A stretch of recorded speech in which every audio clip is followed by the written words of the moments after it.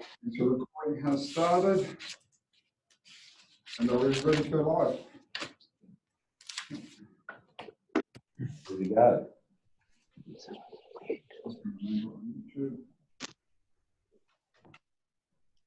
Nearly there, councillors and the public.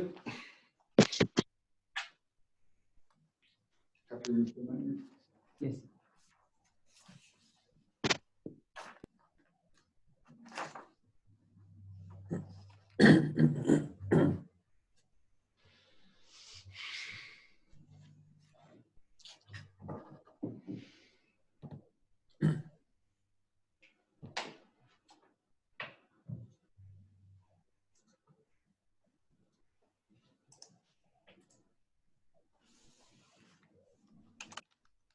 We're now live on YouTube.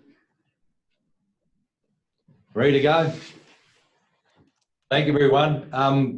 Welcome to the May meeting of Council. Councillors, note we're about to commence recording this meeting, and your video audio will be recorded and live streamed from now onwards. I'd note this is the first meeting of this council which is live streaming at this moment. For this is the first time this is on YouTube.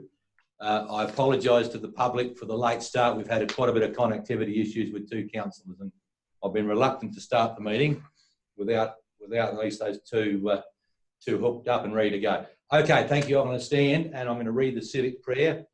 Almighty God, help us to duly and faithfully carry out our numerous duties to the best of our judgment and ability for the advancement of this district and the benefit of all whom we are here to serve. And the Coorong District Council acknowledges the traditional owners of the land on which we meet. Thank you. Apologies, we have none. I would perhaps just say that all councillors, all 8 councillors are out on Zoom today. I am obviously in the room with the staff. Sean's our IT. We've got Deb, myself, the CEO Bridget, Ashley taking the minutes, and Ben and Georgia helping me spot for councillors when they put their hand up. And also coming in on Zoom, I've got David, our Manager of Infrastructure and Assets, Rex, Judy and Peter Bond. Thank you. Now, the first thing we've got to do today is say the thank you to volunteers, and that is, this is a lot better, I know, if you've got my face like that. I wanted to take a moment to acknowledge the National Volunteers Week, which is the 18th to the 24th of May. This year, we especially want to thank the 187 volunteers that assist with council programs, as well as all volunteers across our district. 35% of our population volunteer their time in some way for the benefit of our communities. We thank you all for your support. Volunteers are the lifeblood of our communities, and it's these people and their support that keep our communities running. Okay, number 2 in the agenda, councillors, is confirmation of minutes of the ordinary meeting, including the confidentials held on the 21st of April 2020. Is there a mover that way, please? Councillor Qualman and Councillor Roundtree is the seconder. Any discussion around that at all? There being none, I'll put the motion. All those in favour?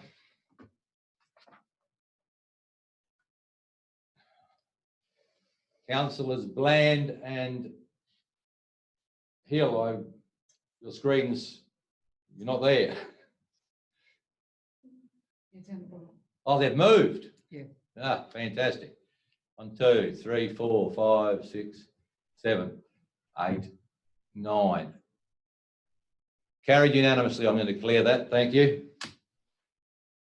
Adjourned business, councillors. We have nil. Minute action list, councillors. Minute action list. Anyone got any questions, please? Councillors Qualman. Yes, thank you, Mr. Mayor. Minute action list 004/19 January.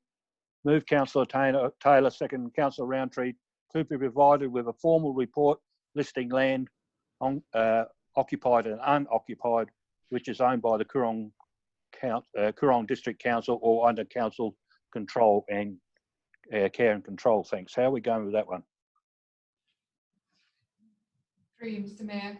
We've been in touch with the Land Titles Office because they can pull a report for us on our land and our council-owned land. So we're waiting on them and have been for a little while now. Thank you, Mr. Mayor. No worries. Anyone else with any questions? Councillor Arthur, have you got your hand in that position for a reason? How about we unmute? Councillor Arthur, I cannot hear you. I'm muted. Yeah. Hear me now? 04119 seems to have got left off the action list, and it's one that I think we should be following up on, because I've kept asking about this, and we keep saying we're going to do something about it. But it is the LAP, calling for nominations for the Section 41 Committee of the LAP. Now, we go back to July 2017. We received a direction discussion paper, which the council paid for, which we've never actually been tabled. In February 2018, we called for people to be appointed to the LAP committee, and since then nothing's happened. Now, the LAP has still been functioning, and I believe they've just received another fairly substantial grant. But the people are asking, why hasn't the council got this committee up and going again? So it's in relation to which minute number, council, because we missed it. Well, it is 140-19, but it's been left off. I can answer that. Right, the CEO will answer your question. So, Councillor Arthur, you're correct. We need to get the Section 41 committee back up and running, and I spoke with Tracy last week about that very thing. We will be reviewing the terms of reference.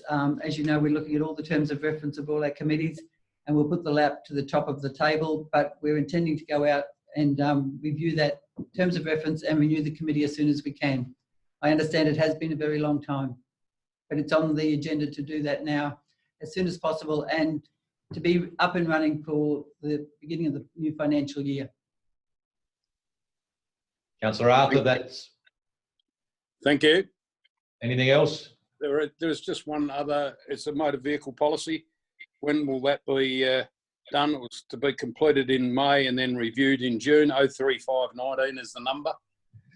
We haven't done anything about that. The Councillor Arthur, that's coming back in June as the review date implies. Sorry, I didn't catch that. That's coming back in June. If it's got June 2020 beside it in the review date, that's when the draft policy will come back to council. Yep. And just final question, 41919, which is regarding the hire rates for vehicles. I asked the question, how can we present a budget for expenditure when we've got no up-to-date hire rates? Who would like to answer that? Or have a go at that one still? The higher rates for the machinery. Is David there? David, are you in a position to answer that briefly? Yeah, through you, Mr. Mayor, I guess, as I've indicated before, we're working with a Civic at the moment, reviewing our current plant hire rates. That has turned into quite a comprehensive task, given the fact that we're looking at our system to ensure that it has captured everything that it needs to be able to determine an appropriate plant hire rate. I do expect that will be completed by the end of this month. But in regards to setting the budget without the plant hire rates, I don't know if someone else wants to try and explain that, but I guess from my perspective, it's just an administrative cost that gets applied to the plant as we use it. And in reality, Councillor, it's Bridget here, if there is any significant change, it would have been based exactly on the current year's costs. If there is a significant change that aesthetic, or when we look at our assets in closer detail, it will come back in the first quarter review or the second quarter review whenever it's appropriate. So it's not like the opportunity is lost once the budget's been set. Remembering there is a quarterly review process throughout the year to accommodate that very thing. Can I add a little bit to that, please? Bridget? Certainly, Rex. Yep. Okay. Just to set your mind at ease, Tank. the plant hire rate is used to reallocate overheads throughout different projects contained within the operating management level budget. Okay, so if the hire rate's not quite right, that just means the reallocation to a particular area might not be what it should be. However, the overall volume of the expenditure included of the budget will be the same and will have no impact on the key financial indicators. So effectively, it's a mechanism for allocating overheads within council's operating budget. So you can quite easily set a budget even if the plant hire rates still need updating. Does that make sense? It makes sense if we've got no accountability, but we were asking to compare the costs for us to build something against the cost for a contractor to build something. Now, yeah, that's a fair question. That's a fair question. That should be. It goes back to, Rex, can I say this? It goes back to many moons ago when we had a bulldozer, which was worked out cheaper to raise the rubble with a bulldozer because we was charging it out $120 an hour when the going rate was about 400. Yeah, and I don't think they operate like that anymore. But where you're getting into now is effectively how you price your private works. Okay, and so that's a separate area again, and again that's independent from the budget process. So again, your comments are quite relevant in that scenario, but it is a different scenario to setting a budget. Right, gentlemen, I'm going to stop you both here. We're moving on. Minute review list. We can complete the discussion offline. Is there anyone else with the minute review?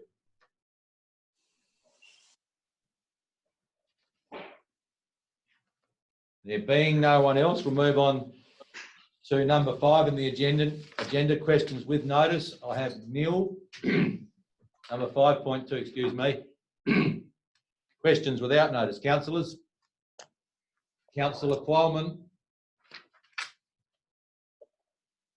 Thank you, Mr. Mayor. Through the chair to the Manager of Infrastructure and Assets, David, apparently some time ago, Council had what was called a maintenance gang. Could you just briefly enlighten me what it was and why it was abandoned? Thank you.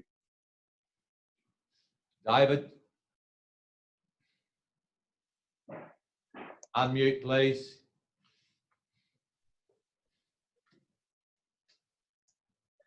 Through you, Mr. Mayor, my apologies. My space bar didn't work. Yeah, I can advise that council still have what we call a maintenance team. It consists of 2 operators that typically work on road maintenance. Anything from road cracking through to edge brakes, minor roadside trimming. The other thing you may be referring to, Councillor Cormann, the team that we have now that is the road maintenance team, it used to consist of a team of what was called the special projects team. However, that no longer exists and it's the road maintenance team. Thank you. Councillor Coleman, you happy with that? Thank you. We're on questions without notice. Councillors. Councillor Roundtree. Not really a question without notice, but it's more about what is the process to get questions without notices answered in the minutes in more detail. When I look back, we have the questions and then it just says a director answered the question, but it doesn't provide any detail. Can we get some more detail into these answers so that when we look back, we can actually see what's going on? If he wants to, so Deb will answer the question. It's a technical question. So a motion is required to get the answer minuted. So a motion without notice will have it minuted. This is just questions, so it's not minuted. So if we want to get the answer, we have to then at the next meeting put it up as a motion to get an answer recorded. At this meeting, you would just say that you put up a motion that the response be recorded in the minutes. So we do that for every question? If you want the answer minuted, yes. Okay, thank you. If I may, Mr. Mayor. Councillor Lang. Sorry, I think that's wrong. If you want it recorded in the minutes, it needs to be a question with notice. Or if it's a question without notice you want minuted, it must go before you must ask for the council to approve it to be recorded in the minutes. There's no requirement for it to go to a motion. So I agree with Councillor Ling. That was my understanding too, that I didn't understand that it had to be made into a motion. I just assumed that we could do what Councillor Ling just said, ask for the answer to be recorded. I think there's a misinterpretation. It doesn't have to be a motion about the item. It's just there will have to be a motion for it to be recorded in the minutes. I'm looking at everyone here. That's the difference. The item or the question without notice is still a question without notice. But if you want it recorded in the minutes, the answer you need to have a motion to have it recorded. I think I'm consistent with you, Councillor Ling and Councillor Roundtree. I think I'm consistent with everyone around me at the moment. We're still on questions without notice. Councillor Arthur. I just, whether it's a question without notice or a motion without notice, but I'd just like to make sure, has the CEO got any plans to distribute the information to the ratepayers and residents regarding the black spot, the mobile black spot funding that'll come up? We need to get that information out there, possibly with the business plan, asking people to give us the feedback so we can actually put in a submission to the federal government. We missed the last one. We did put in the one before, but it is very imperative. There are some terrible black spots around, and as part of the consultation with the annual business plan, it should be included somehow. I'm quite prepared to move a motion later on to do it, or I'll go for the guidance from the CEO. Councillor Arthur, the opportunity to consult with the community with the annual business plan also gives us the opportunity to ask the question about the black spot. So I think it would be efficient to do them both together. So my question is do you wish to have a motion later to support that, or you just think we'll do it. We'll do it. So we can do it, Councillor Arthur. Councillor Hill. Thank you. Question about the Meningie office. I've been approached by a couple of residents who are not able to access internet banking, and they're a bit frustrated with the Meningie office being closed now. So just wondering whether there was an ability to provide some sort of relief staff. I understand it's not going to be open until the end of the month. Councillor Hill, the plan was to open on the 1st of June. Is there something in particular that the resident wants to do face to face? Well, they're trying to pay their rates. They don't have internet banking or the ability to pay over the internet, and they would like to be able to pay their rates face to face. So that function is available also at the post office? Apparently someone said they couldn't do it at the post office. We'll follow that through, and if you could send us the name of the ratepayer, we might contact them and find a way to work it out with them. Okay, thank you. Still in questions without notice?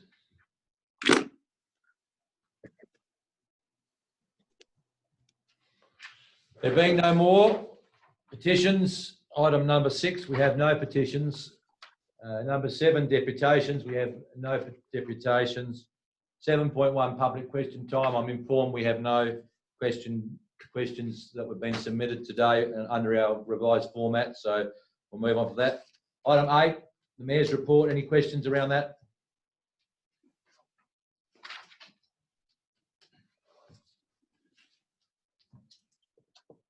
Being none, I'll move on to the Councillors' reports. Councillor Arthur's report. Councillor Arthur, you wish to add anything? No, I'd just like to mention regarding the sand drift. I brought it up at the meeting the other day, and the LGA meeting, and it is going ahead because I wasn't really all that happy with the reply from the LGA. So it is good to see that they are actually taking a rural type business on and getting on with it. And I think Bridget has let everybody know that. Thank you. Move to Councillor Bland's report. Councillor Bland, you add anything?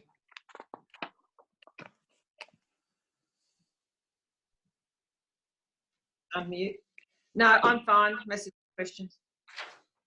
No questions to Councillor Bland? No, thank you. Councillor Tracy Hill, while you're still there, Tracy, anything to add? No, all good, thank you. Thank you. Any councillors' questions? Being none, notice of motion number 9. Councillor Arthur. I would like to move that way, Mr. Mayor. So you're moving that a new policy be prepared and presented to council for the collection of timber from council roadsides. Correct. Given that we haven't got a visual for the public, perhaps might read that. You wish to speak to that, councillor? Yes, I have plagiarised the Grant Council's wood policy timber collection policy, which works very well. I've had quite a few people asking about it. I know there's quite a few actually have been, what we say, not been naughty, cutting up timber. I think the best way to get around this is to make a policy so that they can. Spoken to quite a few of the landowners, and they are very, very happy, and I think it is a very good idea because it will give the opportunity for them to actually get in and do the things that they're supposed to do when some of these trees are actually removed, instead of leaving them there to rot. I know you can't take hollow logs, but the log doesn't fall over when it's hollow. A lot of it at the present moment, as I'm sure your Drew and Roland would tell you, there's a hell of a lot of trees have fallen down our way, gums in particular, with quite substantial branches fall off, and it makes it impossible for the landowners to get in to clean their land up with weeds, and also once they become hollow, they are homes for animals, mainly foxes and rabbits. So I think the landowners are more than happy to see this go through. Councillor Qualman, are you the seconder?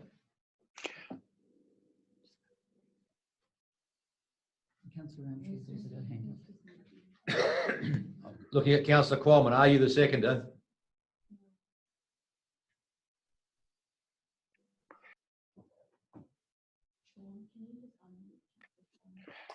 Yes, I'm seconded, Mr. Mayor, please. That's all right. We just had a technical issue. I thought you were.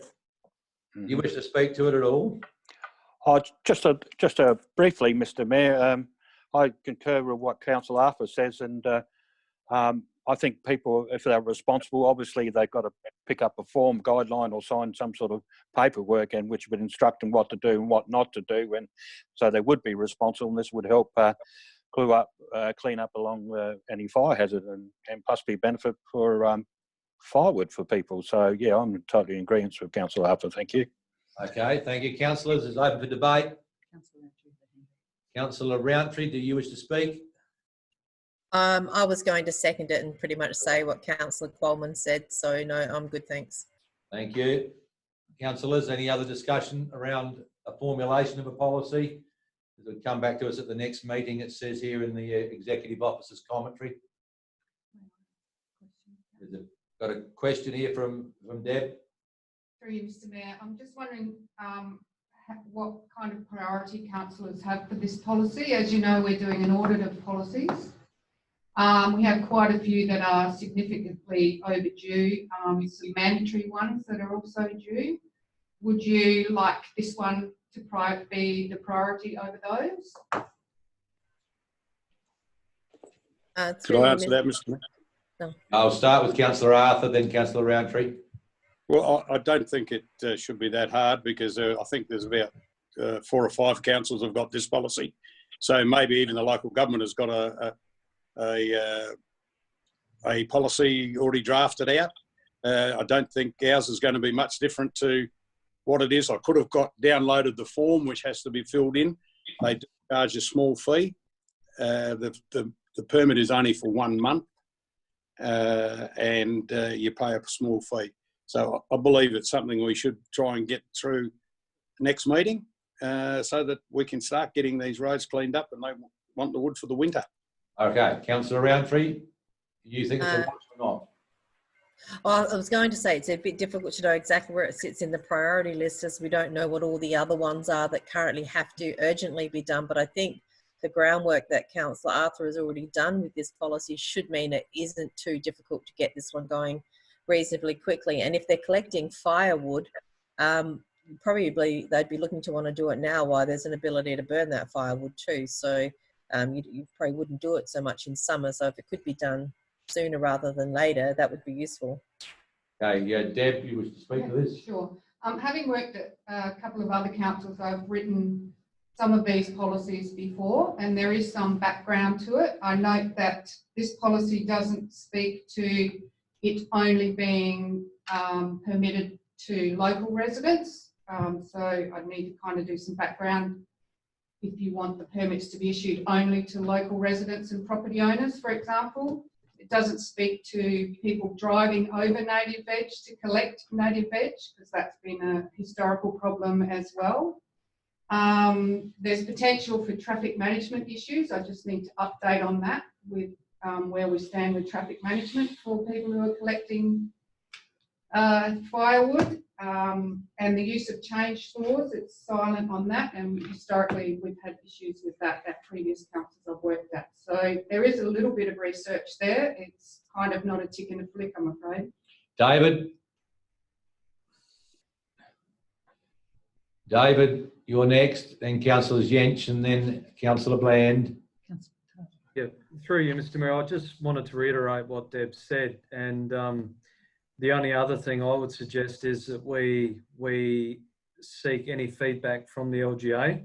I know the LGA had a position in regards to this matter going back some time ago. So, yeah, I think with what Deb has said, that they're very important things that we need to take into consideration. Thank you, Councillor Jench. Thank you, Mr. Mayor. 3 things. One is insurance obligations for people to be able to do this. I know in the previous councils we have considered it, and it was always a bit of a plumber's nightmare. I think LAP need to be at least consulted as far as native vegetation. And I do regard this, whilst it is something very nice to have, it is of a low priority considering the number of other policies that we need to get through. Thank you, Councillor Bland and Councillor Taylor. Just 2 points, Mr. Mayor. One is around the monitoring of this. So the one does put in an application for it. Who is responsible for monitoring the before and after effects of the vegetation collection to ensure that the site A has been cleared appropriately, etc. And the other one is, and I'm probably in the same favour, is that if we have mandatory policies that we must get up to date, then I see those in relation to staff time and effort and the shortage of staff that we have in some areas, an important issue at the moment. But I'd also like to make sure that we comply with native veg. We all know that that has been a little drama in the rural sector, but we do have some obligations. Thank you. Thank you, Councillor Taylor. Unmute Councillor Taylor, please. Sorry, the Start again. wasn't working. I'm in support of this, and I haven't seen the list of other policies to see what the prioritisation for them is. And it has, just by the comments made by other people, it seems like the majority of the contents are already known. So the issue areas have already been spoken about by those who have previously commented, including by Deb. So it seems to me that Deb has a list already of areas of concern. Councillor Yanch has already pointed to areas of concern, and Councillor Bland has pointed to areas of concern. So whilst the policy is not already written, it seems to be a long way in preparation, or a good way in preparation. So I'd like to see it put in place relatively quickly, with all of those considerations of risk as well also taken into account, and especially, as Councillor Yanch has pointed out, insurance matters. Thank you. Thank you. Any other councillors wish to speak? There being no other comment, May the I? CEO will speak. So just on terms of the list of policies, our website has a list of those policies, and a quick look at them will show you that many of them are out of date, but we can put together a list of what we think our priorities are for your benefit. The second thing is that if this policy is to become one of council, there would probably be very little compliance. There would be no resources to do the compliance on a district this size in terms of area. We would probably, we would only react if there was a complaint about a particular issue rather than an active and assertive compliance regime. Thank you. Is there anyone else wishing to comment or speak for or against before I go back to the mover? Councillor Arthur, you'll close debate, please. I'll close the debate. I could have got the form out to show you what you fill in, but I didn't worry about that. And there is only a limited time you can do it, of course, because down in the southeast they do have a very high fire risk down there. The debate closed. Thank you, councillor. So the motion is that a new policy be prepared and presented to council for the collection of timber from council roadsides. I'll put the motion. All those in favour?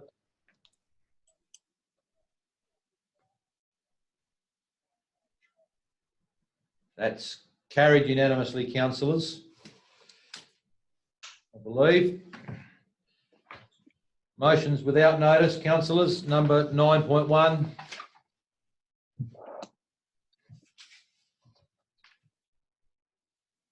Any motions without notice?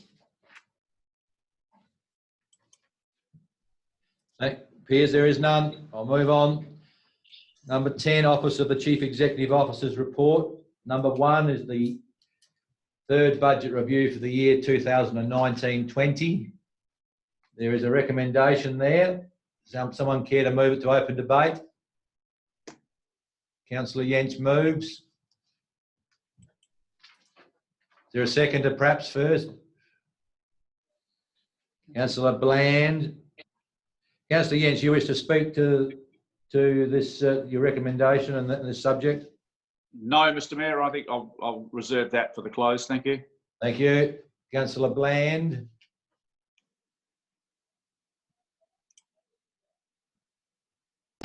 There we go. Thank you. Look, I think it's a nice position now to be in.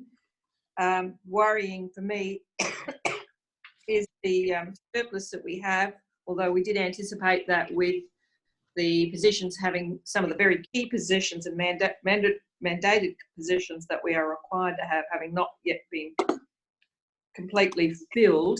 My concern is more around the workload and the backlog. And my question is to the CEO, through you, Mr. Mayor, is there an opportunity while we're still filling these positions to have some of the workload done by short-term contractors? Bridget? Yep, I'll start and then Deb will fill in some of the other details. But thank you, Councillor Bland. We currently have filled 2 positions externally. One is the Development Officer and the other one is the Records Management Officer. So they are now in place. We've reconfigured some positions internally to extend or expand their duties to cover off on some of the workload that was left by the positions being vacant, and we still have at this point 2 vacant positions. So we're starting to move in the right direction, and thank you for your concern. We are looking at every position that we have to look at opportunities both within the organisation, and up until now we've also had some casual assistance from other councils as well, working on a part-time basis. So we've got a plan in place to fill the last 2 positions that we have, and the ones that remain unfilled, it would be because we have reconfigured some of the positions internally to take account of the functions that those jobs did in the past. But the ones that were compulsory, we should have them covered off by the starting of a new staff member on the 8th of June in the building and environmental area. Councillor Bland still, yes. Just following through on that, through you, Mr. Mayor, to the CEO on that, given the amount of infrastructure projects that we've got on, even over and above the drought funding and the timeframes on that, are we comfortable that we'll be able to deliver those with the staff and the support staff they've got? At this point in time, we are. So we will, as we would do with any big project, we would review into the future and to see what positions we need. But at this point in time, we're comfortable that we've got what we need. Thank you. You'll go to Councillor Roundtree. Thank you, Mr. Mayor. I have a question. It's on the page number CEO number 6, so page 6 of the CEO's report, and it just under increased in expenditure. It talks about project upgrade of iPad tablets for elected members of 16,500. And I'm a bit curious about that. We had already received our iPads in 2018, so why are we looking at upgrading them again and having increased expenditure? I can answer that. We were concerned that if the electronic environment was to continue for a period of time, iPads are not generally sufficient as standalone items for you to do your electronic meetings. And so we were looking at a replacement program that would include laptops rather than iPads, because to be honest, they are an easier device to work off in an electronic environment rather than the iPad. Is that going ahead through Mr. Mayor? We've budgeted for it. We're intending to do, but it's in the budget for next financial year. No, sorry, it's in, but we have a surplus this financial year, and if we're able to accommodate that expenditure this financial year, we'll do it this financial year. One more question on that topic then through you, Mr. Mayor. Can't we just use our existing laptops if we have them rather than cost council more money? You've got your own personal one you're saying, Councillor. Correct. Councillor Roundtree, Sean, the IT expert, is shaking his head vigorously. I might put him on the screen so he might. Do you want to say something? Yeah, I'm happy to talk about that just through the mayor. It comes down to the policy from the government. It's when you use your own device and you're storing government information on it, it gets really touchy. So it's much better if it's a government device. Then we don't have to look at a device management system, which gets very expensive. So for the time being, I prefer that we keep it on the government devices. Maybe in the future we could look at personal devices, but at the moment we don't have a policy for it. And we don't have the encryption set up to be able to support that at the moment. So thanks. Thanks, Sean. Through you, Mayor. It would be a rare council that would, or any level of government, that would allow councillors or their local government representatives to use personal devices. Thank you. Councillor Taylor. Councillor Taylor, please. So, yeah, Mr. Mayor, there's a meeting once a month, and we have to assume that this isn't going to go on forever. This is an excessive spend regarding the elected members. There's nothing wrong with the laptop, the iPads that we've got. I can see everybody on the screen at the moment, and I have no idea what the problem is in Meningie, but I suggest it's the actual Telstra, the communications rather than the actual iPad itself. The iPad's not the cheap, basic, small, tiny one. It's the iPads that we have are expensive versions as it is, and given the majority of us would work off our normal laptops for whatever we're doing, and some of us are certainly using Zoom through our home machines all of the time, that I actually don't see how having documents and emails on the iPad has anything to do with the Zoom, apart from the fact it's limiting in that if you're using the iPad for the Zoom meetings, you can't then see the document at the same time. That's the only limitation. But having said that, quite a number of the councillors do request printed versions of the agenda and any supporting documents. Therefore, if you've got the printed versions alongside the actual iPad for a Zoom meeting, then surely we're not saying that every now and again when we're having a Zoom meeting, we're going to invest in a laptop for every councillor. It's an excessive waste of money. But that's just my opinion. Thank you. So Councillor Roundtree's got a hand up again, and I suppose if there was an issue around this, you could move an amendment, or the staff might wish to comment on whether they'd come back to us in the June meeting. Councillor Roundtree. Okay, thank you, Mayor. I would have assumed that perhaps a conversation around this this iPad or laptop, because it does say iPad or tablet, which is not laptop computer, it just says iPad tablets. I would have imagined that maybe a discussion should have been held with the elected members to work out whether this is a useful spend of money, because I agree with Councillor Taylor. I don't think this is a useful spend of money at all, and I don't think we need it. And I don't understand. I mean, even if you're worried about confidentiality of documents, even, you know, once we've got them, even on whatever device, they can be copied or whatever. So I don't understand why it's a security issue. And maybe that can be explained to me. But I do think this is $16,500 is a lot of money when we just had probably that amount spent, I think it was, on the iPads in 2018. Yeah, I'm happy to delete that item. Sorry. If councillors don't think that councillors, if you don't think that you need that facility in the electronic environment, I'm more than happy to delete that item. So CEO's indicating if you don't really need it at this stage, and we probably, it'd be a realistic assumption, within a month or two, we might better move away from the monthly meeting at least. That's sort of, I've got a few nodding heads. I've got, sorry, in this order now, I've got Councillors Qualman, Arthur, then Taylor. Yeah, just briefly, Mr. Mayor, I just totally concur with what the other councillors have said. I think it's unnecessary. I like this Zoom, and I'm not real good with this electronic stuff, and then to have to use another electronic device, oh, here we go, you know, and I think it's doing a good job with this iPad. So, and $16,500 is an excessive amount of money. That's my way I feel. Thank you.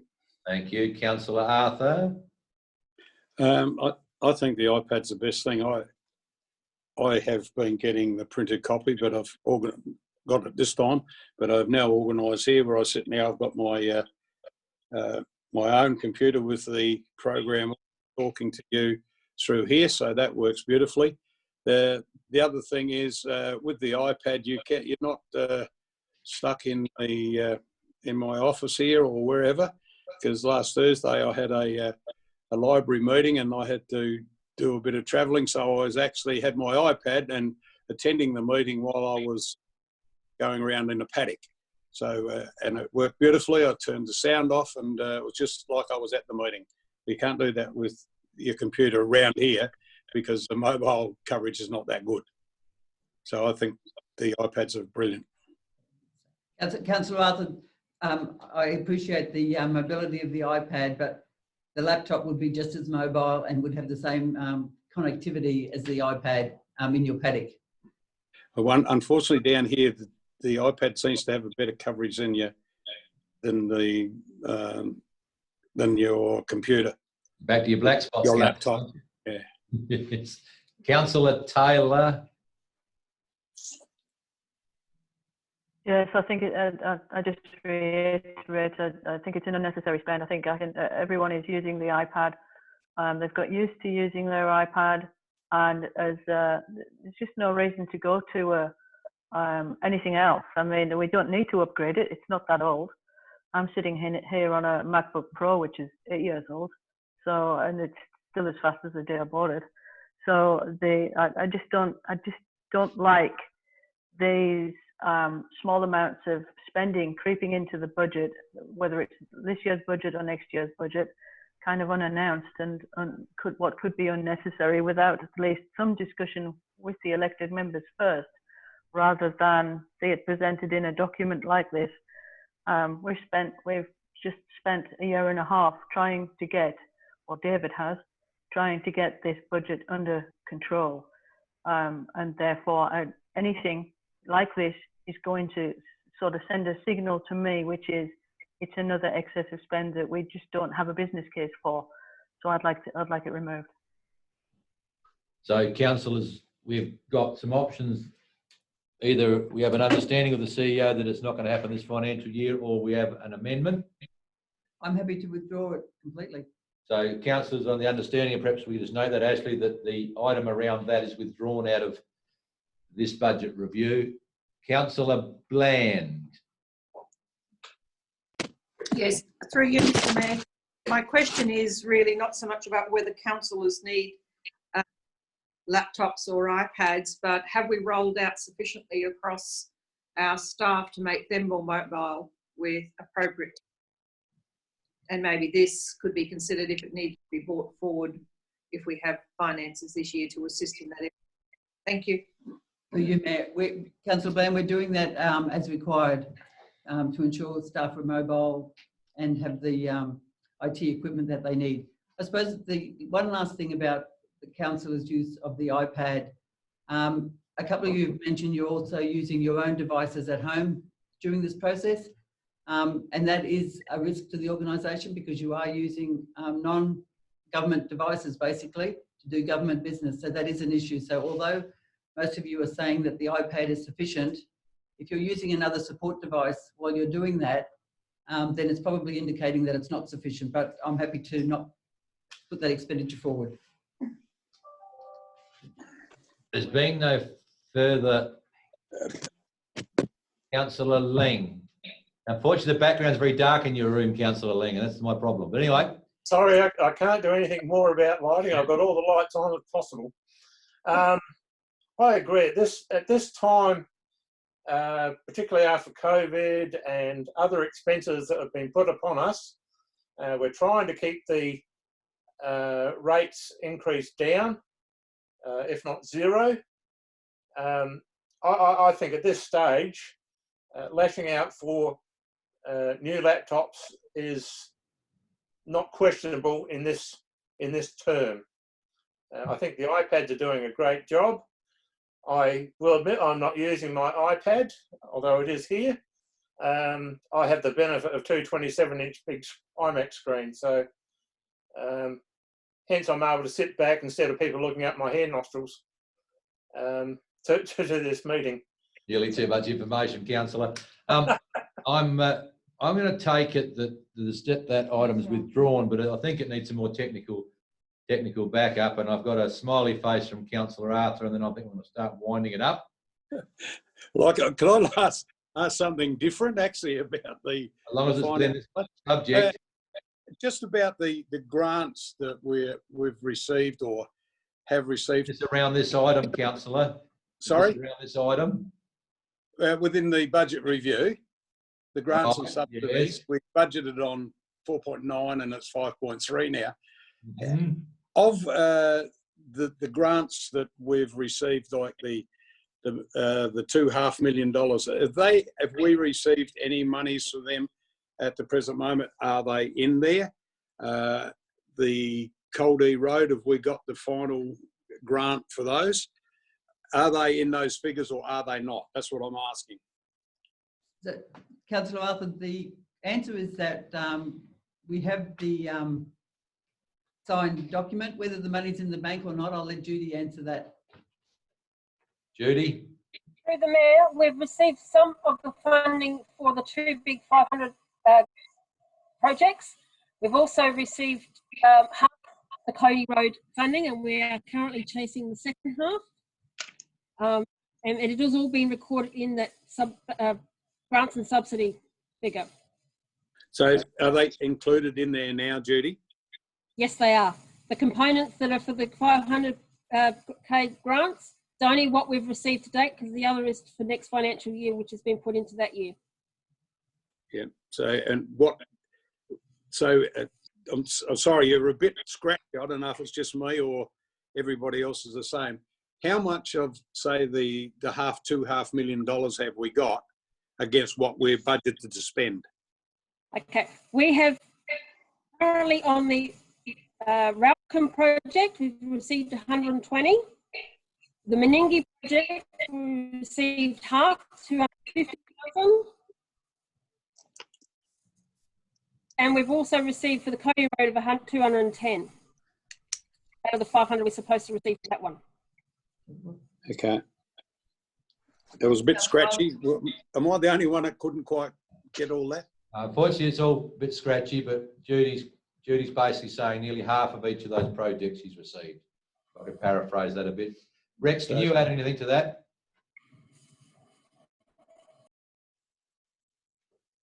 Yeah, I was actually looking at probably the same document Judy was.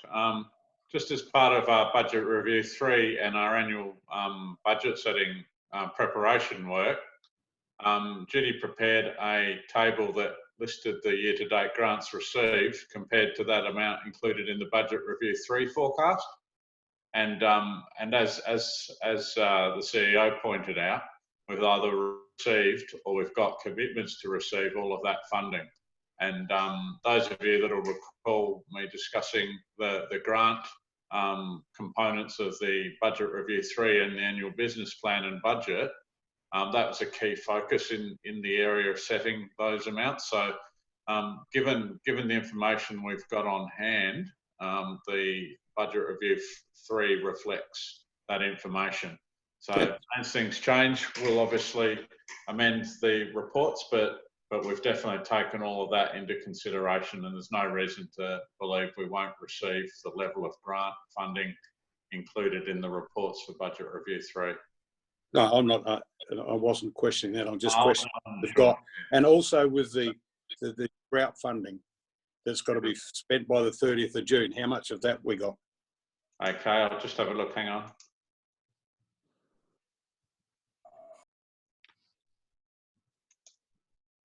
No, we'd need to update that. Judy, So, do you know if we've received any more since the last time? So I've got 905,000 sitting as capital income. We have not received any to date for the drought funding. Okay. We haven't received any. Right. Can I just go to you, Peter Bond? You got any comment? We just haven't received the money yet. Is that the long and the short of it? Through you, Your Worship, I doubt whether you'll receive any money until the agreement's been ratified and signed by the council. No, that's fine. I just wanted to, on these figures that we've got, just to find out what's in and what's not, because like the grant money is going to be a quite substantial difference eventually.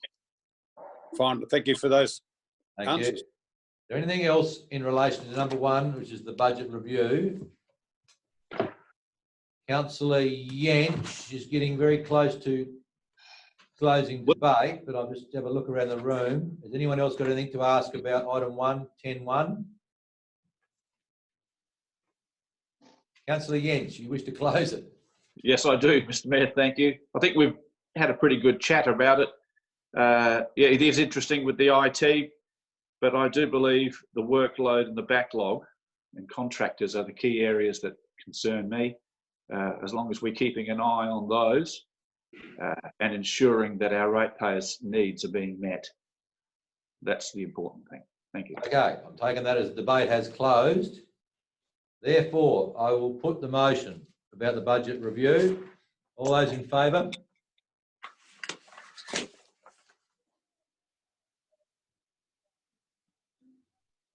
Those against? Carried unanimously, councillors. Item 2, change of office hours and practices. 10.2.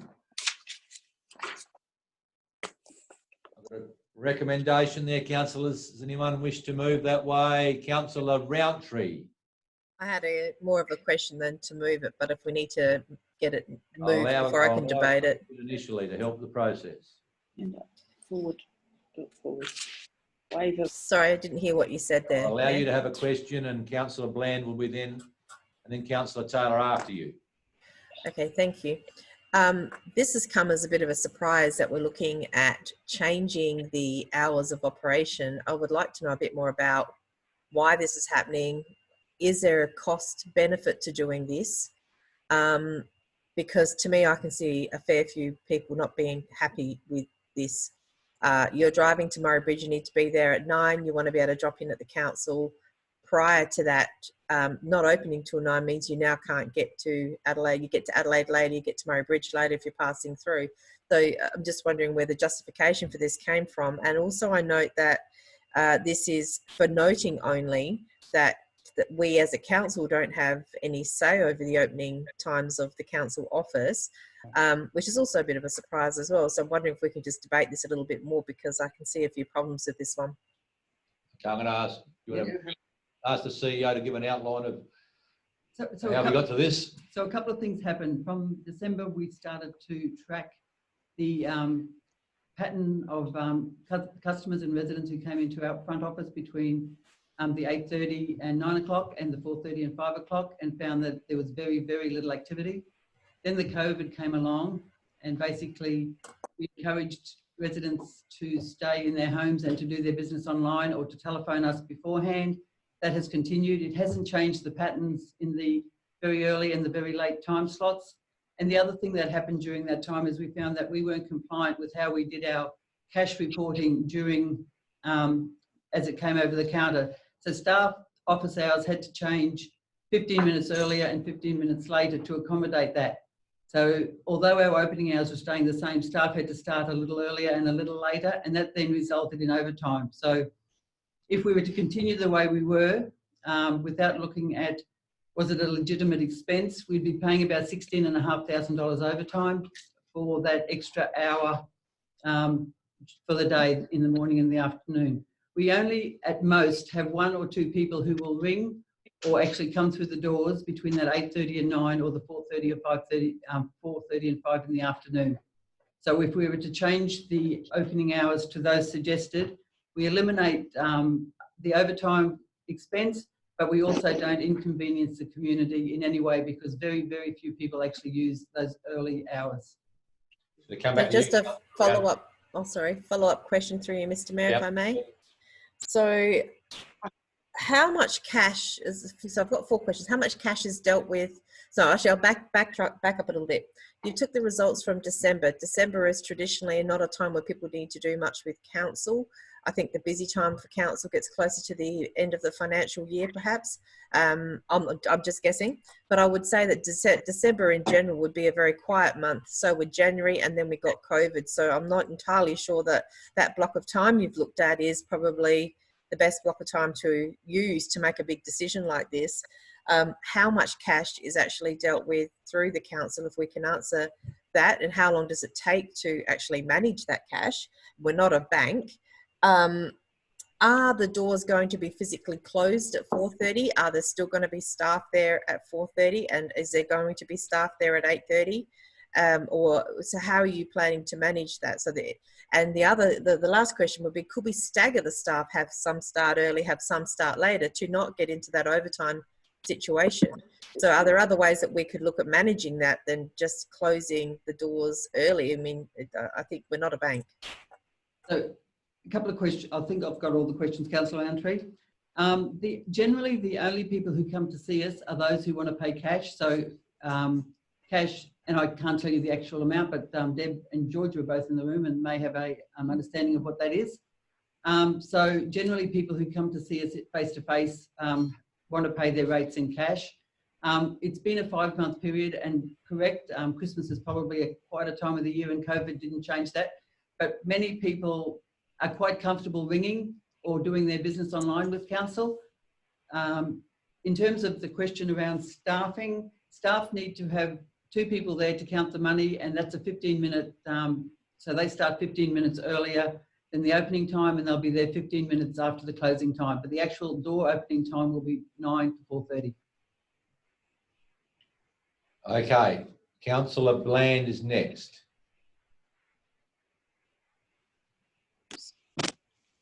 Thank you, Mr. Mayor. My question is that I understand the 2 people at Taylor Bend office.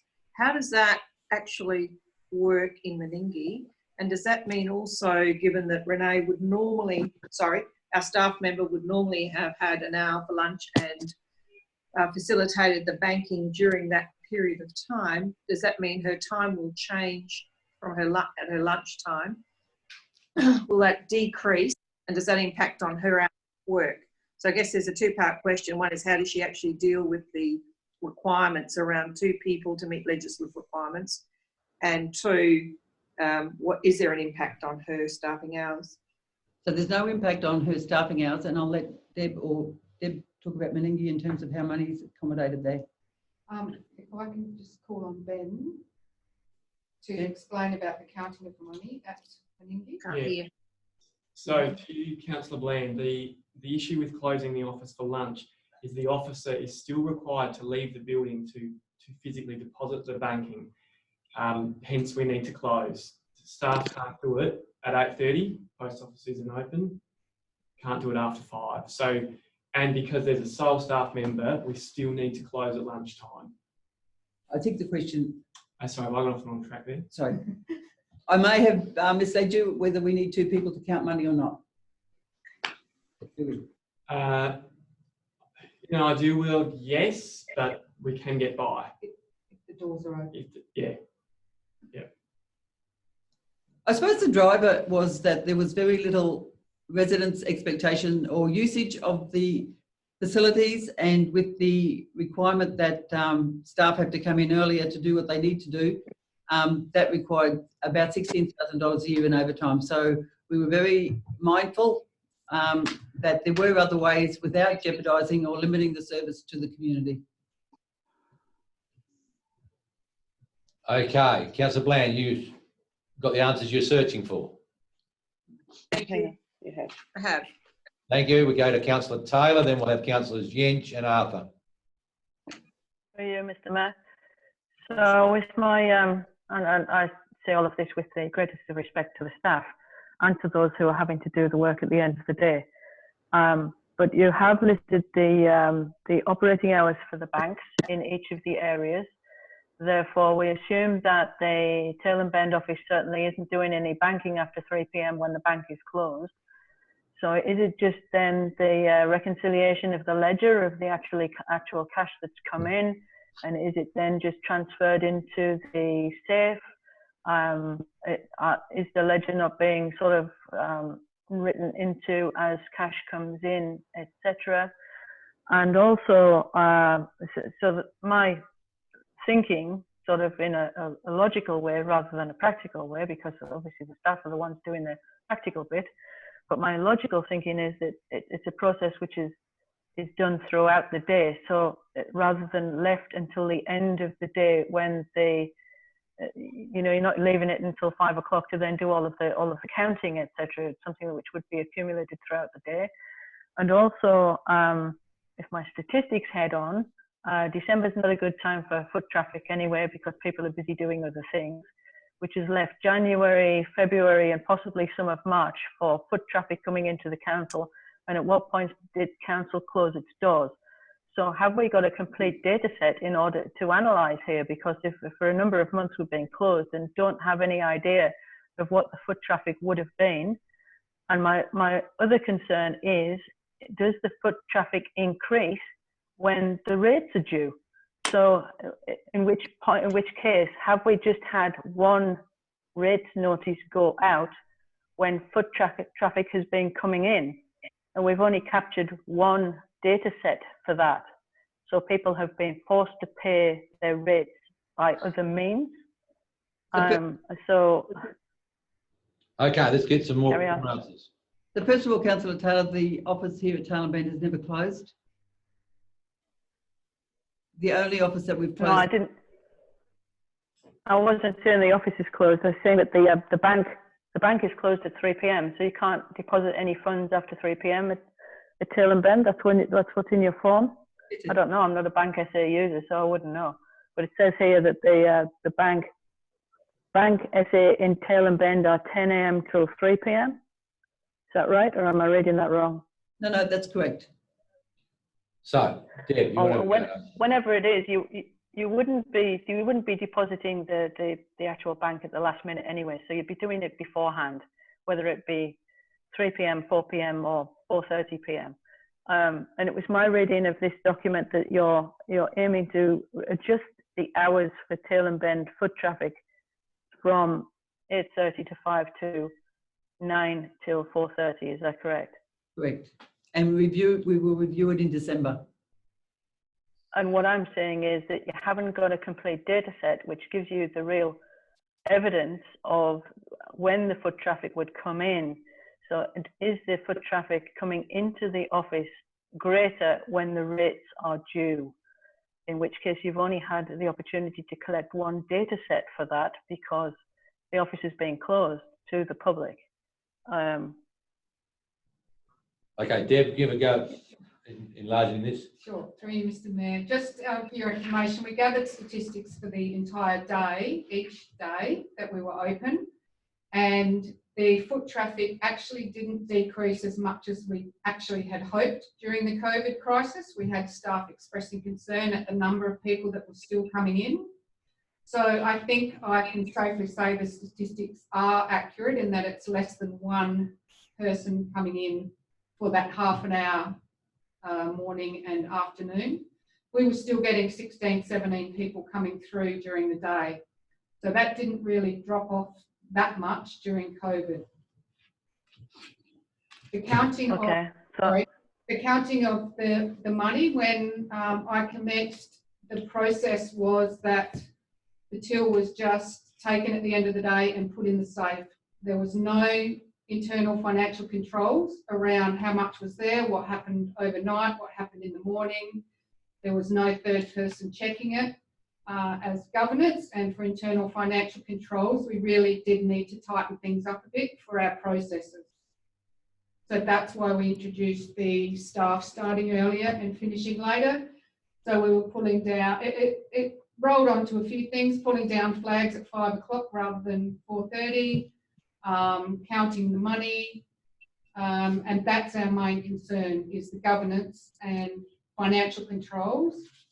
We all want to tighten up the financial controls and the auditing requirements for Coorong, is my understanding since I've been here. So we were trying to instigate that, as well as part of service review, trying to find some savings, again, as council has requested. So that's where this has all come from after this period of time of reviewing.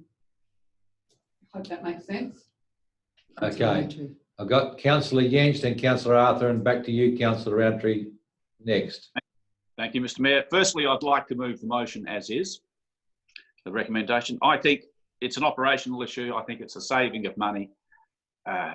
We can fart around and get as many statistics as you like. The reality is these guys in the office know when people are coming through, whether they've been keeping an absolute record or not. I think it's sensible. And if it saves us $16,000 in expenditure, that is an excessive amount of money to spend for a very limited gain. So let's save 16K and put it into something else. So therefore, Mr. Mayor, I do reiterate, I move the recommendation. Okay, thank you. I'll probably need a seconder since you've sort of spoken. I'll second it, Mr. Mayor. Councillor Arthur is the second. Do you want to speak to it? I'd like to commend the officers for putting this report up. Yeah. I think it's a very, very good suggestion. You don't have to worry about doing banking when the banks aren't open, and all they're really doing. And I'd like to make the comment too. I'd say the foot traffic of people paying rates would only be substantial, if at all, in December, March, June and September, when we pay our quarterly rates. It's not as if it's a 12 months of the year thing. So I'd like to commend the officers for this, and as I said, I'll second the motion. Thank you. We're sort of probably into debate. Councillor Roundtree, you had your hand up next. We are now into a debate. Speaking for or against it, perhaps? Just another question, if I could please, Mr. Mayor. With the close, if the office closes at 4:30, does that mean phone calls aren't answered after 4:30, or just foot traffic isn't allowed in after 4:30? So our after hours phone call arrangements would kick in at 4:30. That's as it would be now, except half an hour earlier. So phone calls are answered. So why would that be the case? Why can't we still have phone calls and just close it to foot traffic? That's exactly what's happening, Councillor Roundtree. We have an after-hour service that answers phone calls, and then if it's urgent, it will be passed on to the relevant officer. If not, it's recorded in our system, and a staff member looks at it the following day. So phone calls will still be answered at up till 5 o'clock? Exactly. Well, they've answered, I'm not sure of the hours, but we have an after-hour service where if people ring the council, they will get an after-hour service. Yeah, so if I ring at 5:30, I expect to hear the after-hour service. I'm asking, in this proposal, will phone calls still be answered up till 5 o'clock and only foot traffic dealt with? No foot traffic at 4:30, but phone calls, people are still working. We're a government organisation. We're still working at 5 o'clock. Is that correct? Correct. So that would not be a difficult thing to do. Okay, so just we still have phone calls up till 5 o'clock, and we still have the phones being answered at 8:30. We're just not having people walk in at that time. I'm just want to get that really clear because I wasn't clear on that. That we can make that arrangement. That wasn't the intention, but Deb is saying that's possible. So from staff's point of view downstairs. Right. Thank you. Councillors, that's the understanding. No one wants to reinforce that with an amendment. Councillor Qualman. Excuse me, I would like to move an amendment then to include that, please, Mayor. To reiterate the fact that the offices will be open for phone calls until 5 p.m. and starting at 8:30 a.m. just not foot traffic at those times. I would like to move an amendment, please. So that's a point sorry, excuse me, dot point 3 of the recommendation. You're adding a third point, Councillor. Yes, please. That the phones will still be answered as they normally are till 5 p.m. on Monday to Friday and starting at 8:30. So at least people can phone. If they can't come in, if they want to, they can still phone at those times and expect their call answered. Okay. Councillor Qualman, are you wishing to speak, but also wishing to second? I wish to second it, Mr. Mayor, and speak, if I may. Okay. Yeah, I totally support going down the same track as Councillor Roundtree. I have concerns about our service and cutting back the time, but I also see that it's actually $15,600 we're going to save a year. But I would like to see the phone still answered from, 4:30 to 5 o'clock and from 8:30 to 9. So I'm totally supportive of the amendment that Councillor Roundtree has raised. Thank you. Thank you. I'm in an amendment, councillors. Is anyone wishing to speak for or against the amendment?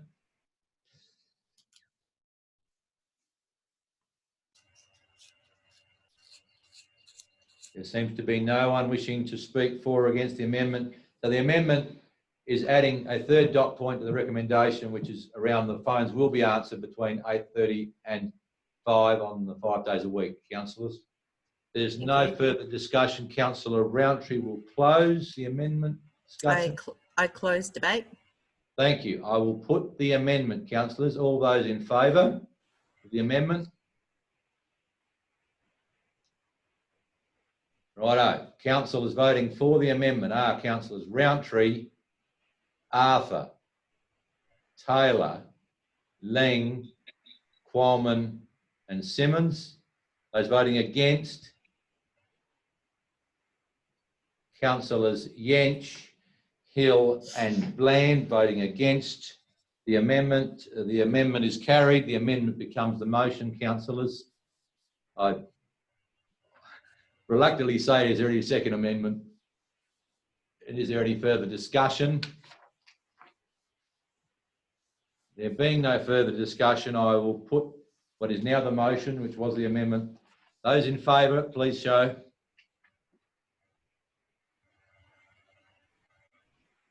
So councillors Qualman, Ling, Taylor, Yench, Simmons, Roundtree are voting in favour. And Arthur, sorry, but he's got something on his hand now, I can't see it. Smiley face, Volunteers Week. And those voting against will be councillors Bland and Hill. Thank you. I declare that new recommendation carried. Thank you, councillors. Number 11, council policies, emergency management plan.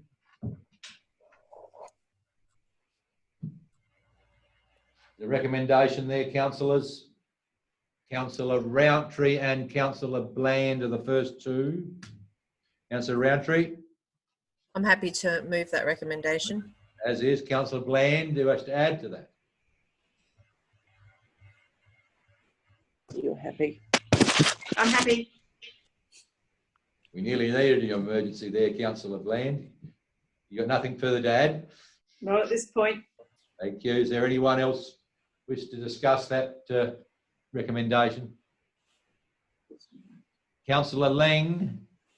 Thank you, Mr. Mayor. We definitely need to be doing something like this. I've thought about it for some time, particularly in light of the possibility of sea level rise and the effect that that may have on the Lower Lakes area, Meningie, Cook's Plain, etc. Subject to flooding. It has occurred before. It will happen again. Similarly, the threat of bushfire along the Narung Peninsula, not just in the Mallee, but it affects us down here at Meningie as well. So those points really need to be looked into. Thank you. Any other councillors for or against?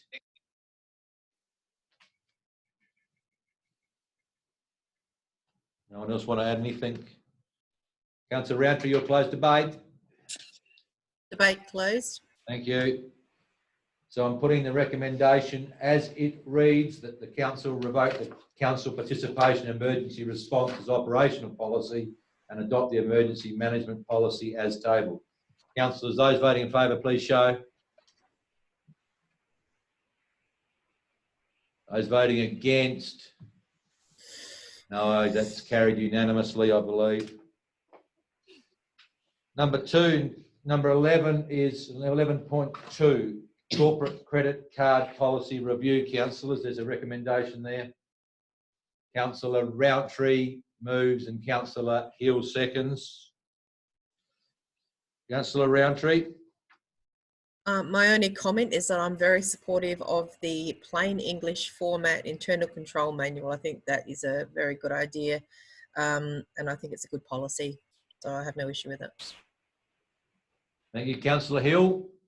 No, I think it's well written and should tighten up everything quite nicely. Thank you. Thank you. Any other councillors? You'll close debate, Councillor Roundtree. Debate closed. Thank you. I'll put that the council adopt the corporate credit card policy as amended. Councillor Taylor, sorry, are you voting or you wanted to get in there? Sorry, just one question through you, Mr. Mayor. I just want to clarify or be absolutely certain that where it says monthly amount, so authorised card holders will use their credit card only for council purposes and only within a monthly credit limit. As we've seen in the past, that monthly credit limit crept a bit, well over the limit in some instances, because of the auto pay system that was in place. I just want to ask a question of, I assume it would be the Director of Community and Corporate, that it is a monthly amount. So is that a calendar month amount? Is that a fixed monthly amount? Through you, Mr. Mayor. We have delegations and sub-delegations and our internal financial controls that dictate the amount per officer of their spend per month, calendar year, per month. Per calendar month. Has that Yes. Has that changed from the last policy? Because the last policy said that as well, but it crept well over that in some given calendar months. If you look at the statements for some of the spending. Right.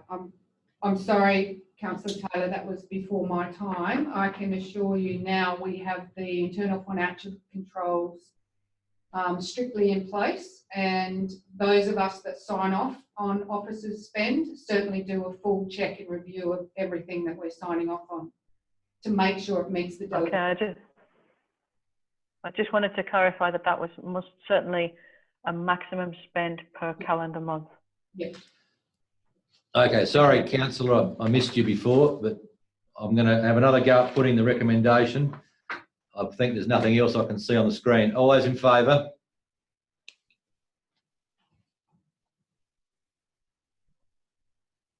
There's no one against, I believe. That means it's carried unanimously. Number 12, Section 41 committees and Section 43 subsidiaries. Coorong Finance meeting.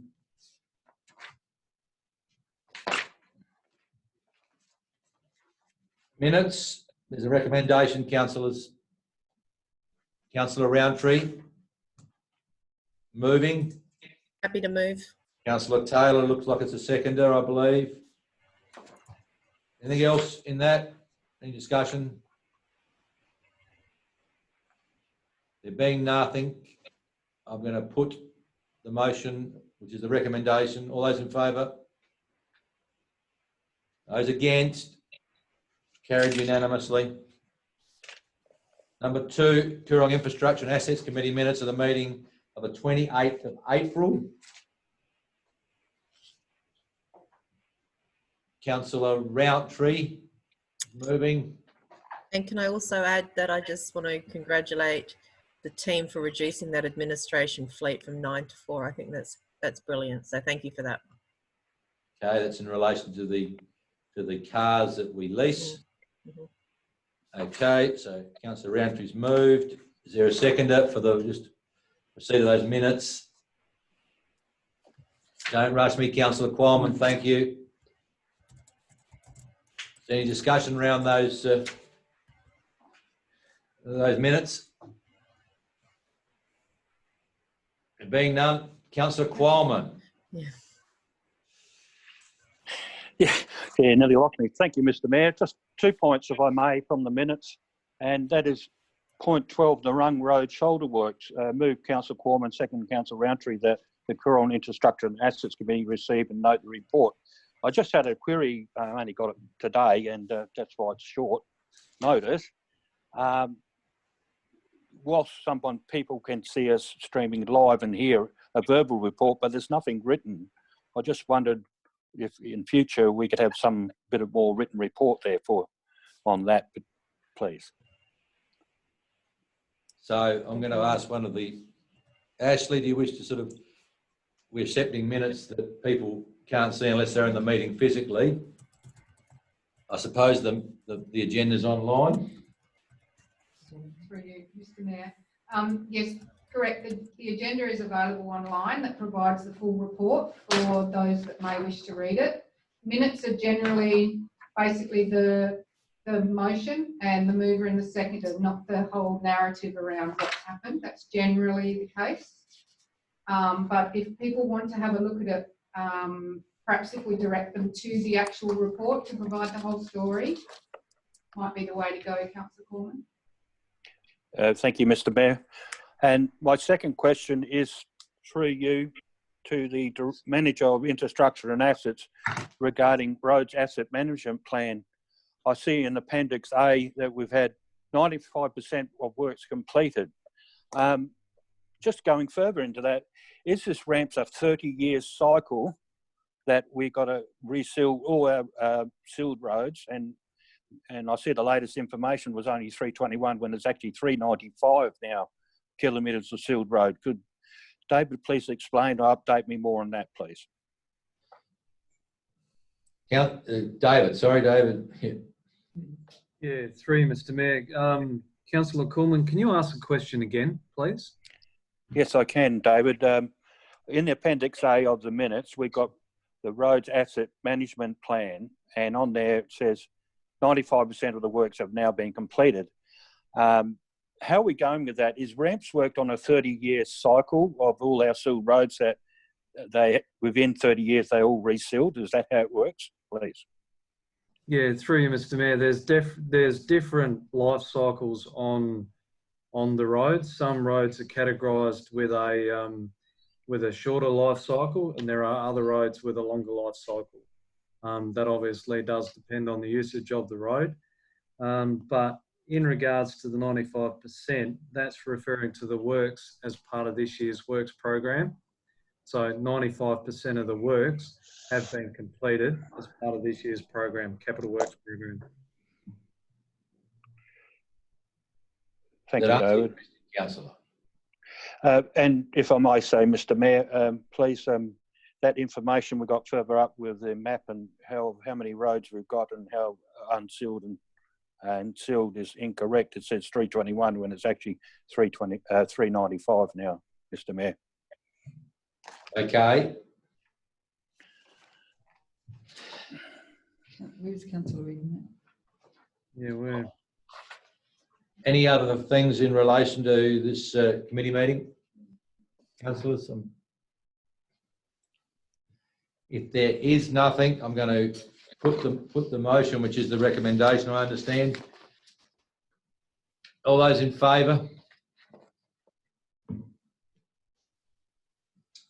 Those against? It's carried unanimously. I'm going to move item number 13, Community and Corporate. Number 1, Current Finance Committee Terms of Reference Review. Someone wish to move that way, please? Councillor Roundtree is the mover and Councillor Qualman can be the seconder. Councillor Roundtree? I'm happy with the terms of reference as written. Thank you. Councillor Qualman? Yes, Mr. Mayor, I'm happy to second it, and I think it's written quite well, and it did also mention our normal upgraded communication electronically in there. Thank you. Beautiful. Any other councillors wish to speak for or against? There being none, Councillor Roundtree, you happy with that? Closing? Closing. Thank you. So this is number 1 of Community and Corporates report. The long recommendation about the Finance Committee. I'll put the motion. All those in favour? Those against? It's carried unanimously. Item 2 is the annual business plan and budget draft. So this is the one that will be to go to public consultation if you endorse it for that process today. Is there a mover of the recommendations, or do we wish to go out, have a brief section at the time of discussing this out of session? Through you, Mr. Mayor, I have a question, if I could, please. All right, I'll start with a question from you.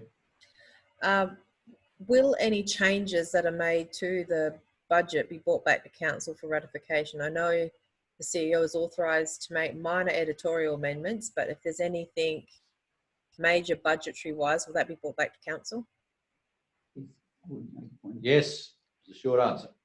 And my second question is, when we talk about council's priorities, can we please add the Canalpin Caravan Park and Paul Precinct to the list of shovel-ready projects? So it talks about council's priorities will be to develop plans for federally funded shovel-ready projects such as, and then it lists some.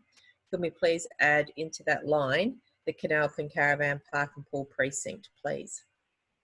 Councillor Roundtree, what page are you on? Oh gosh, I've just taken a snapshot of it, so I'll find it for you.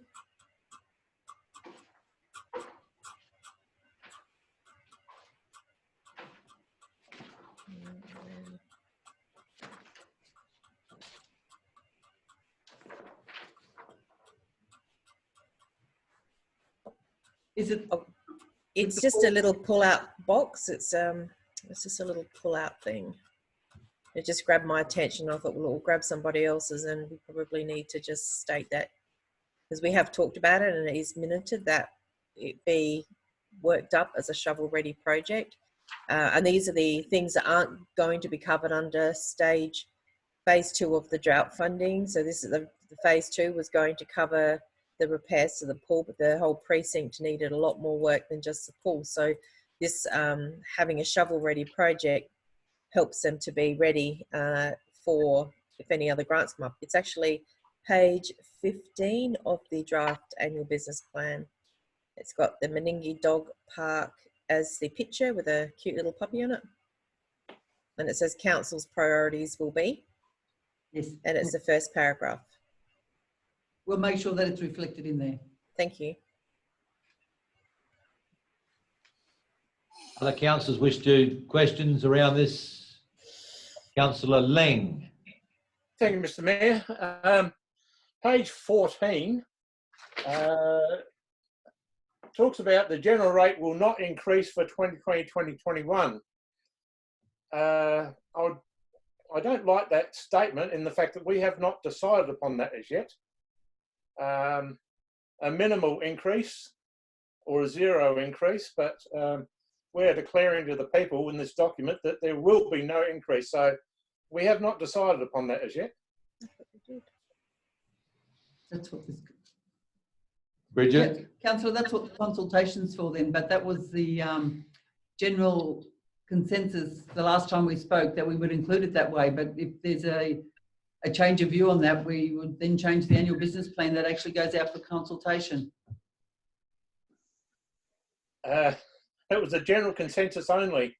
There was no agreement formally that was made that we would hold it at 0%.